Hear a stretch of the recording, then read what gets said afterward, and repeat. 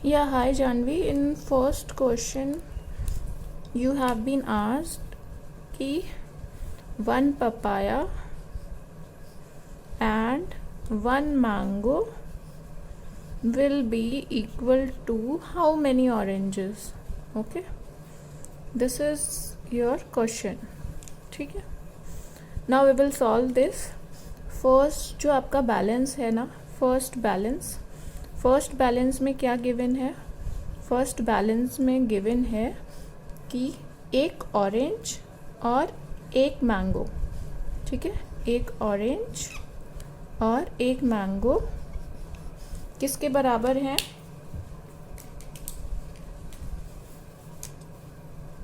Three oranges के बराबर है.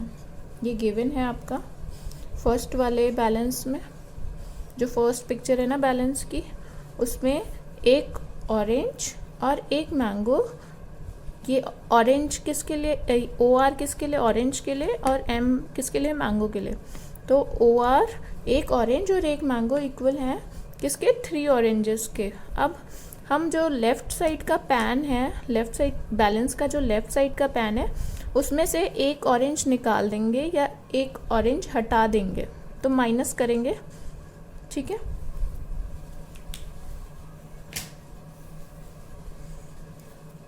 We will do subtraction. या माइनस करेंगे या हटा देंगे, सब एक ही बात है. तो एक ऑरेंज हम हटा देंगे. ठीक है, एक ऑरेंज हम इधर से हटा रहे हैं लेफ्ट साइड से, और राइट से भी एक ऑरेंज हटा देंगे. तो हमारा बैलेंस इक्वल रहेगा. पहले भी इक्वल था दोनों साइड का, लेफ्ट साइड का और राइट साइड का बैलेंस इक्वल था, मतलब दोनों तरफ वेट बराबर था. तो अभी भी 1 1 हटा रहे हैं हम, तो अभी भी फिर से सेम रहेगा.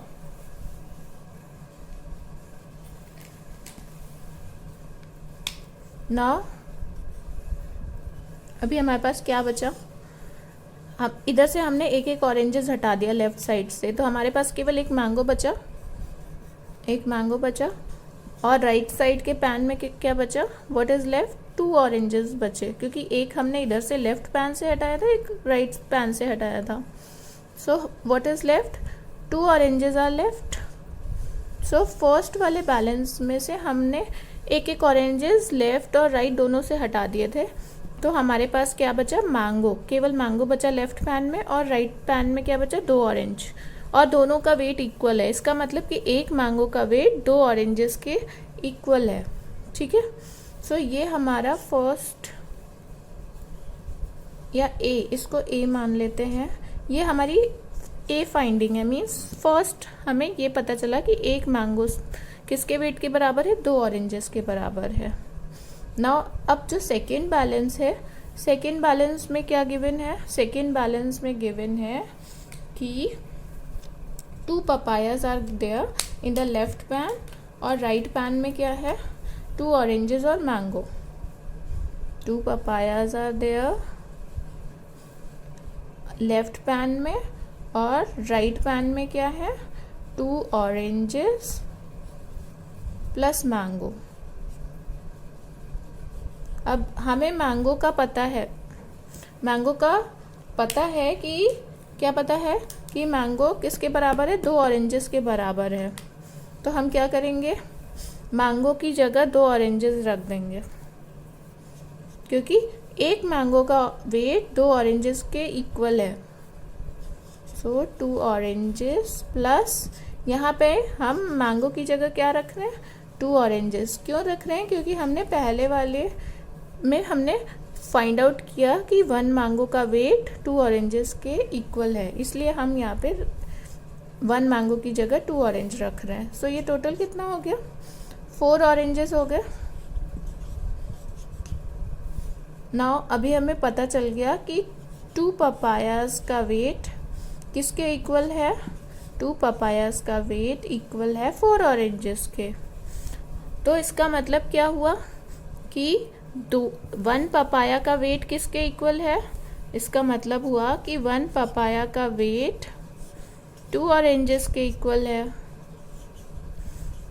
तभी तो 2 पपायास का वेट, इसको हम ऐसे भी लिख सकते हैं 2 पपायास को. कैसे?